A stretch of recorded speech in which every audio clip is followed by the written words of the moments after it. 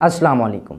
दुनिया में बहुत सारे पेरेंट्स जो हैं वो अपने बच्चे की तरबियत करते वक्त, जब बच्चे की तरबियत का वक़्त होता है, माइंड बिल्कुल खाली होता है और अब वक़्त है कि माइंड को भरा जाए, चाहे अच्छी एक्टिविटी से चाहे फिर बुरी एक्टिविटी से। इस पीरियड के दौरान जो पेरेंट्स होते हैं वो एक गलती को दोहराते हैं और ये गलती तकरीबन प्लस 90% दोहराई जाती है और विलेजेस में इसकी जो शरह है वो ज़्यादा है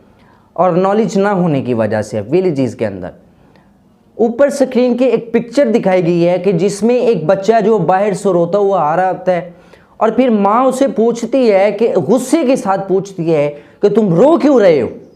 बच्चा प्रेशराइज्ड होता है, डर जाता है, खौफ अंदर से बैठ जाता है कि अभी तो बाहर से मार खा के आया हूँ और घर से फिर ऊपर से प्रेशर डाला जा रहा है और बच्चा जो है इतना ज़्यादा प्रेशराइज्ड हो जाता है कि उसे कुछ समझ नहीं आती, वो और ज़्यादा ऊंची रोना शुरू कर देता है। आपने डेली लाइफ के अंदर इसे ऑब्जर्व किया होगा। और जब वो और ऊंची रोना शुरू करता है, माँ को और गुस्सा होता है क्योंकि नॉलेज नहीं उसके पास होता, वो और ज़्यादा डांटती है और बात पीटने तक आती है, इधर बात पीटने तक आती है और उधर एक वक्त ऐसा आता है कि जब बच्चा इतना ज़्यादा प्रेशराइज्ड हो जाता है कि वो अपनी माँ के आगे बदतमीज़ी करते।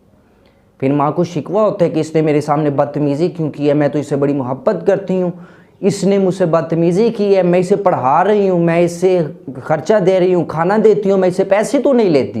लेकिन माँ ने जो ये पहला कदम, पहला स्टेप उठाया है वो बच्चे की तरबियत करते वक्त उसे प्रेशराइज्ड कर रही है, बल्कि एक अच्छा ऑथेंटिक वे उसने नहीं अडॉप्ट किया कि बच्चे की तरबियत किस तरह करनी है। अब वो पछता रही है और टीचर के पास जा रही है कि मेरा बच्चा जो है घर में गाली देता है, बदतमीज़ी करता है, आपके पास पढ़ने के लिए डाला, आप क्या पढ़ा रहे हैं इसे,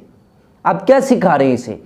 तो फिर टीचर जो है वो मजबूर होकर कहते हैं कि आपकी अगर घर की तरबियत ठीक नहीं है तो मैं यहाँ पे क्या कर सकता हूँ, सारा दिन आपके पास रहते हैं, 4 घंटे 5 घंटे तो मेरे पास है, लेकिन इन 4-5 घंटों में जितना मैं उसे भर सकता हूँ वो तो मैं भरता हूँ, लेकिन अगर आप बाकी के 20 घंटों में उसे इतना ज़्यादा बुराई के साथ भर देती हैं तो फिर मेरी 4 घंटों की अच्छाई किधर जाएगी। इस वजह से नीचे एक पिक्चर है कि जिसमें एक बाप जो है वो देख रहा है कि बच्चा रोता हुआ आ रहा है और बाप घुटने टेक कर बैठा हुआ है उसके सामने ताकि लेवल भी बराबर हो जाए और बेटे से पूछ रहा है कि बेटा क्या वजह, आप रो क्यों रहे हैं, क्या हुआ है आपको, बड़ी मोहब्बत के साथ। अब उससे पता है कि ये जो सामने वाला है ये मेरा गमखार है, ऐसा नहीं है कि कुएं में मुझे ये डालेगा, कुएं में नहीं डालेगा, ये आपको कुएं से निकालने के लिए आपसे पूछ रहा है। फिर बच्चा वो माइंड में सोचेगा नहीं पापा को बता देना चाहिए क्योंकि पापा मोहब्बत से पूछ रहे हैं, मुझे डांटेंगे नहीं। फिर वो अपने पापा को बताता है कि फ़लाँ गली के लड़की ने मुझे इस तरह मारा है या छेड़ा है या जो भी मामलात होती हैं बाहर बच्चों के, वो बताएगा और बाप फ़ौरन उसे रेस्पॉन्स देगा और अपने बेटे की मदद करेगा, जिससे बच्चा प्रेशराइज्ड नहीं होगा बल्कि रिलैक्स होगा कि ठीक है वो जो मामला बाहर हुआ है वो अब हल हो चुका है, तो आपका बच्चा रिलैक्स फील करेगा। पेट को बड़ा करना फिटनेस नहीं होती,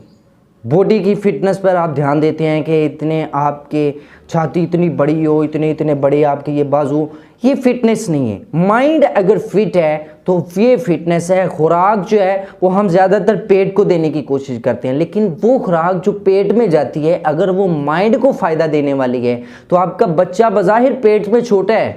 पेट उसका छोटा है, लेकिन वो माइंड उसका फिट होगा, अब वो रिलैक्स है, आप उसमें अच्छाई भरें और ज़िंदगी भर के लिए आप सुकून हासिल करती हैं। शिकवा, ये शिकायत कि बच्चा ये कर गया, वो मेरी कदर नहीं करता, ये नहीं करता, इन सब से आपकी जान छूट जाएगी। आपका बच्चा आपकी इज़्ज़त करेगा और आप एक खुशहाल ज़िंदगी गुजारेंगे।